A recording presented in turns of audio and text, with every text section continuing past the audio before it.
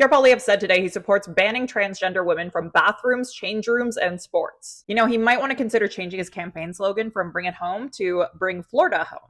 Here's exactly what he said in his own words. Female sports, female change rooms, female bathrooms should be for females, not for biological males. Now, this raises a lot of questions that should concern you. Specifically, how is a position like this policed? If you've got short hair or are wearing some baggy jeans and one Karen decides you don't look womanly enough, does she have the right to demand to see your genitals? To harass you, call law enforcement or some other authority figure to determine whether you're free to pee? For a guy who spends so much time talking about freedom, he really doesn't seem to know how it works. This is an assault not only on the rights of women, but specifically and severely on the rights of trans women too.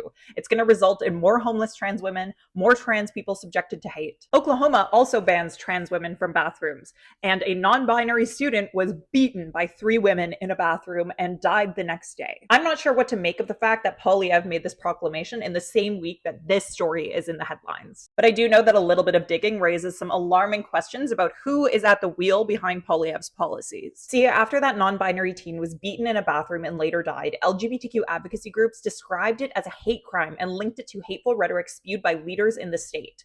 They also linked it to Libs of TikTok, an anti-LGBTQ hate account whose posts are often followed by threats. Several members of Poilievre's inner circle follow this account. Now, I don't know why they follow this account. Extremism reporters I know follow it so they can monitor its content. Maybe they're doing the same, or maybe they enjoy it. We won't know until they tell us themselves. But here are screenshots I took today. Libs of TikTok is followed by Pierre Poilievre's wife, Pierre Poilievre's director of communications, his chief of staff, and the guy whose company he hired to run his social media during the leadership campaign. But interestingly, no liberal, NDP, or bloc politicos I follow Libs of TikTok. Now, when I couple that information about his inner circle with the kind of rhetoric he's spewing, it sure isn't painting a pretty picture. Trans folks are valued, valid, and deserve way better than being used as political footballs. And these policies that infringe on trans rights aren't going to stop there, because this latest announcement affects the rights of all women. And I'm not going to take that lying down. What do you think of all this?